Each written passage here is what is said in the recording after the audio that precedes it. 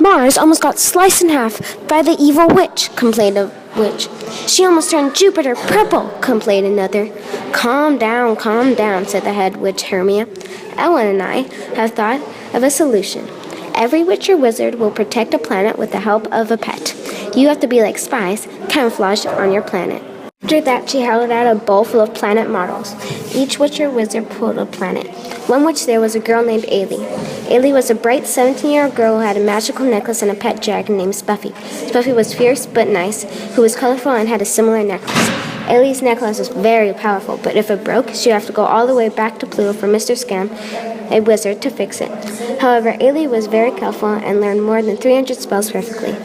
Ailey reached in the bowl and she happened to get Archon. Ailey was excited. She was going to protect Archon well.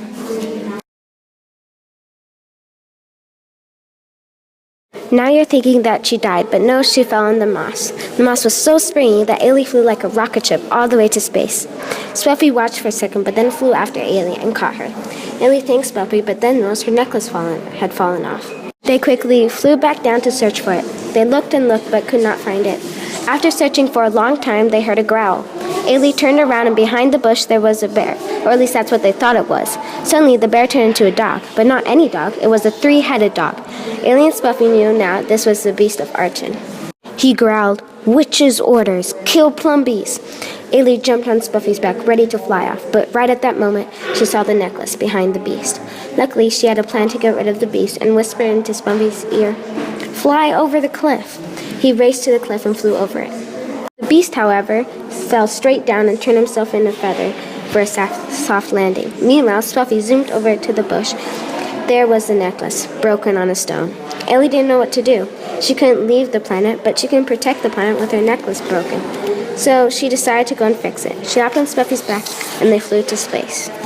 Pluto is 10 minutes away if you use the speedway of witches and wizards. However, you can't see anything since you're moving so fast. When Ailey and Spuffy had been flying for 8 minutes, they heard a sound. Ailey looked behind her shoulder and saw a rocket. She was surprised, because humans wouldn't go this far. They couldn't. It had to be the beast. He was probably mad that they tricked him into falling off the cliff. "Spuffy, speed up," said Ailey, and Spuffy flew as fast as he could. Luckily, the speedway was right in front of them, and they went on it. The beast wanted revenge, so he followed. All three went along the speedway. Meanwhile, the evil witch knows that Ailey was not on her planet. The witch now had a chance to fulfill her wish. A long time ago, the witch had cursed the fascinating beast into evil beasts to help her be able to rule the universe. However, the plum beast killed a lot of beasts, since their planet had so much diamond. Now the witch had a plan to explode Archon, destroying all the diamond and the plum beast. "Get me Geelith," demanded the witch to her servant. Geelith was a pretty dragon, and the witch's servant liked her. When he had fetched the dragon, she flew off. Back on the speedway, Spuffy was racing through the wind, but the sound of the rocket was right behind them. When they finally got off the speedway, Pluto was right in front of them, so they broke into a stop. However, the rocket flew right past Pluto. Now they had time to get her necklace fixed. She landed with a plump right next to Mr. Scram's house and workshop. Ailey told Spuffy to hide from the beast while she went inside. Mr. Scram was asleep at the desk, so Ailey rang the bell. "Mr. Scram, I need you to fix my necklace quickly." Mr. Scram took her necklace and started to fix it. "Why are you in such a hurry?" asked Mr. Scram. "Because a beast is chasing us, and I have to get back to Archon. I heard there is a spell to take off the curse. I think it was Babbly Burst take off this evil curse." The beast swirled in circles, and when it stopped, it smiled. Ailey and Spuffy became great friends with the beast. The spell had worked, and they named him Squabble. Together they flew back to Archon. Back on Archon, the witch had already tied up all the plumbees and started to fill a bomb monster with explosive powder. The plumbees were sad. They loved their planet and wished the beasts were nice again, but they did not give up hope. They had seen Ailey, the beast, and Spuffy flying. They also knew that there were still the trees and the unicorns that could help. While Ailey, the beast, and Spuffy were flying over, they saw the plumbees tied up. Ailey wanted to save them immediately, but the beast stopped her, saying, "It's way too dangerous." They landed far away from the witch to try to think of a plan. Suddenly, the trees started to move, and a very big one came out in front, saying, "We will help." Then a herd of unicorns came in, and a very sparkly one said, "So will we."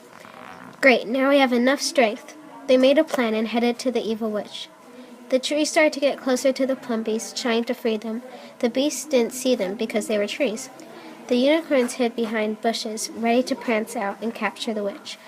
Ailey was waiting to fly out on Spuffy's back and take off the evil curse from the beasts.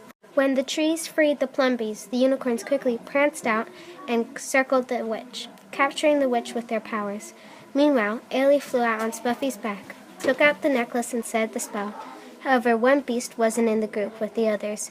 That beast flew over and grabbed Ailey. This happened to be Squabble's mother, so Squabble stopped his mother. At that moment, Ailey did the spell on the beast. Squabble's mother swirled in circles, and when she stopped, she smiled. Ailey noticed, though, that the bomb monster was going off in 5 seconds. She quickly flew over and stabbed the monster with a dagger that she always carried with her. The planet was saved. Ailey still had one more thing to do, ban the evil witch from Archon. The evil witch was still trapped. Ailey had learned a banishing spell when she was young. Now the spell was going to be useful. Ailey put the spell on the witch, and the evil witch flew off of Archon. Judith didn't like the witch, so she stayed. She also liked Spuffy, and later they fell in love. 3 days after the witch was banned, Ailey got a message saying that since the witch was banned from Archon, she could go back home. Ailey thought for a long time, and then noticed that she would rather stay on Archon because Archon felt like home. And she lived happily ever after there. The end.